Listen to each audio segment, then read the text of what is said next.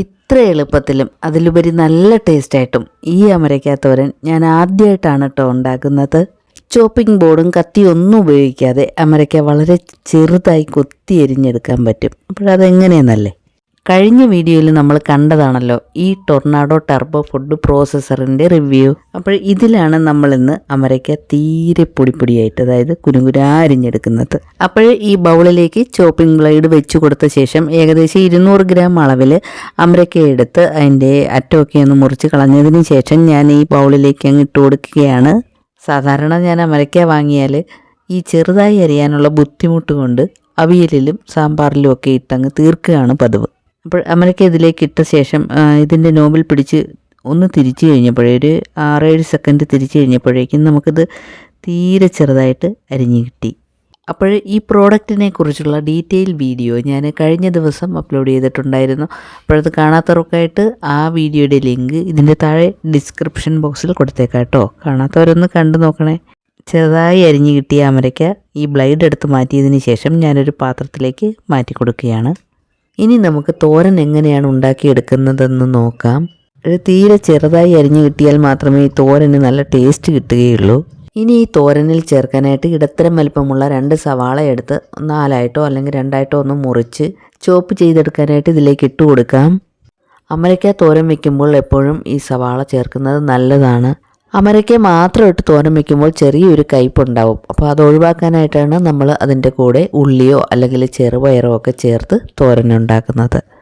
ഇപ്പോൾ നമ്മുടെ സവാളയും ചെറുതായി ചോപ്പ് ചെയ്ത് കിട്ടിയിട്ടുണ്ട്. ഇനി ഇത് നേരത്തെ അരിഞ്ഞു വെച്ചിരുന്ന അമരയ്ക്കയിലേക്ക് അങ്ങ് ചേർത്ത് കൊടുക്കാം. അടുത്തതായിട്ടൊരു കടായി സ്റ്റവയിലേക്ക് വെച്ച് ചൂടായി വരുമ്പോൾ ഇതിലേക്ക് 1 ടേബിൾ സ്പൂൺ അളവിൽ വെളിച്ചെണ്ണ ഒഴിച്ചു കൊടുക്കാം. വെളിച്ചെണ്ണ നന്നായി ചൂടായി വരുമ്പോൾ നമുക്കിതിലേക്ക് കടുക് ഇട്ട് കൊടുക്കാം.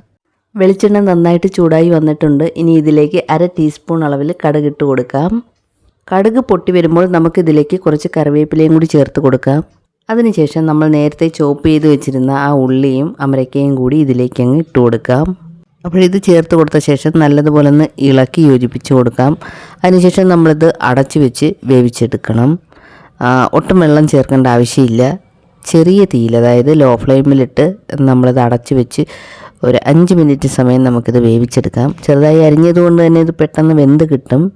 ഇത് വേവുന്ന സമയം കൊണ്ട് നമുക്കിതിൽ ചേർക്കാനുള്ള അരപ്പ് തയ്യാറാക്കാം.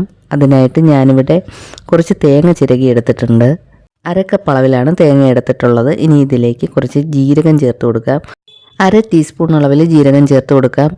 കൂടെ തന്നെ ഇതിലേക്ക് കുറച്ച് മഞ്ഞൾപ്പൊടി ചേർത്ത് കൊടുക്കാം. 1/4 ടീസ്പൂൺ അളവിൽ മഞ്ഞൾപ്പൊടിയും 1/2 ടീസ്പൂൺ അളവിൽ മുളക് പൊടിയുമാണ് ചേർത്ത് കൊടുക്കുന്നത്. അതിനുശേഷം 3-4 വെളുത്തുള്ളി അല്ലിയും കൂടി ചേർത്ത് കുറച്ച് കറിവേപ്പിലയും കൂടി ഇട്ട് കൊടുക്കാം കേട്ടോ. ഇതെല്ലാം കൂടി ചേർത്തതിന് ശേഷം നമ്മൾ ഒരു മിക്സിയുടെ ചെറിയ ജാറിലേക്ക് ഇട്ട് ഇതൊന്ന് ക്രഷ് ചെയ്തെടുക്കാൻ പോവുകയാണ്. തോരനായതുകൊണ്ട് തന്നെ ഒരുപാട് അരഞ്ഞു പോകരുത്. ഇതാ കണ്ടില്ലേ, ഈ ഒരു പരുവത്തിൽ വേണം നമ്മൾ ചതച്ചെടുക്കാനായിട്ട്. വീഡിയോ കണ്ടുകൊണ്ടിരിക്കുന്ന കൂട്ടുകാർ മറക്കാതെ ഒന്ന് ലൈക്ക് ചെയ്തേക്കണേ. അതുപോലെ ആദ്യമായിട്ട് കാണുന്നവരാരെങ്കിലും ഉണ്ടെങ്കിൽ സബ്സ്ക്രൈബ് ചെയ്തൊന്ന് കൂട്ടാക്കാനും മറന്നു പോകരുത്. ഇപ്പോൾ ഏതാണ്ട് 5 മിനിറ്റ് സമയം കഴിഞ്ഞു. നമ്മുടെ സവാളയും ഉള്ളിയൊക്കെ വെന്തോന്നൊന്ന് തുറന്ന് നോക്കാം. നമ്മളിതിൽ ഒട്ടും വെള്ളമൊന്നും ചേർത്തിട്ടില്ല. ദാ നോക്ക്, നന്നായിട്ട് വെന്ത് കിട്ടിയിട്ടുണ്ട്. അടിക്കൊന്നും പിടിച്ചിട്ടില്ല, കരിഞ്ഞൊന്നും പോയിട്ടില്ല. ചുവട് കട്ടിയുള്ളൊരു പാത്രത്തിൽ വേണം നമ്മളിത് തോരൻ വയ്ക്കാനായിട്ട്, അല്ലെന്നുണ്ടെങ്കിൽ കരിഞ്ഞു പോകാൻ സാധ്യതയുണ്ട്. കട്ടി കുറഞ്ഞ പാത്രത്തിലൊക്കെ വെച്ചാൽ വെള്ളം ചേർക്കാത്തത് കൊണ്ട് തന്നെ പെട്ടെന്ന് കരിഞ്ഞു പോകാൻ സാധ്യതയുണ്ട്. ഇനി നമുക്കിത് മീഡിയം ഫ്ലെയിമിലേക്ക് ആക്കി കൊടുത്ത ശേഷം നന്നായിട്ടൊന്ന് ഇളക്കി മൂപ്പിച്ചെടുക്കാം. ഒരുപാടങ്ങ് മൂത്ത് പോകണ്ട, ചെറുതായിട്ടൊന്ന് ഫ്രൈ ആയി കിട്ടിയാൽ മതി. ചെറുതായിട്ടൊന്ന് കളറൊക്കെ ഒന്ന് മാറി വന്നിട്ടുണ്ട് ഇപ്പോൾ. ഇനി നമുക്കിതിലേക്ക് നേരത്തെ ചതച്ച് വെച്ചിരുന്ന തേങ്ങാക്കൂട്ടങ്ങ് ചേർത്ത് കൊടുക്കാം. അരപ്പ് ചേർത്ത് കൊടുത്ത ശേഷം നന്നായിട്ടൊന്ന് ഇളക്കി യോജിപ്പിച്ച് കൊടുക്കണം. മീഡിയം ടു ലോ ഫ്ലെയിമിലേക്ക് ആക്കി കൊടുത്ത ശേഷം ഈ അരപ്പ് ഈ അമരയ്ക്കയിലെല്ലാം പിടിച്ച് കിട്ടുന്നത് വരെ നന്നായിട്ടൊന്ന് ഇളക്കി കൊടുക്കണം. അമരയ്ക്കയുടെ ഔഷധ ഗുണങ്ങളെക്കുറിച്ചൊക്കെ നമുക്കറിയാവുന്നതാണല്ലോ. നല്ല ആരോഗ്യ ഗുണങ്ങളുള്ള ഒരു വെജിറ്റബിളാണ് അമരയ്ക്ക. ഈ ഒരു സമയമാകുമ്പോഴേക്കും നമുക്കിതിലേക്ക് ആവശ്യത്തിനുള്ള ഉപ്പ് ചേർത്ത് കൊടുക്കാം. ഉപ്പ് ചേർത്ത് കൊടുത്ത ശേഷം നന്നായിട്ടൊന്ന് ഇളക്കി യോജിപ്പിച്ച് കൊടുക്കാം. നല്ല രുചികരമായ അമരയ്ക്ക തോരൻ ഇവിടെ റെഡിയായിട്ടുണ്ട്. വീഡിയോ എല്ലാവർക്കും ഇഷ്ടമായി കാണുമെന്ന് വിശ്വസിക്കുന്നു. ഇഷ്ടമായാൽ നിങ്ങളുടെ ഫാമിലിക്കും ഫ്രണ്ട്സിനും കൂടി ഒന്ന് ഷെയർ ചെയ്ത് കൊടുക്കണം.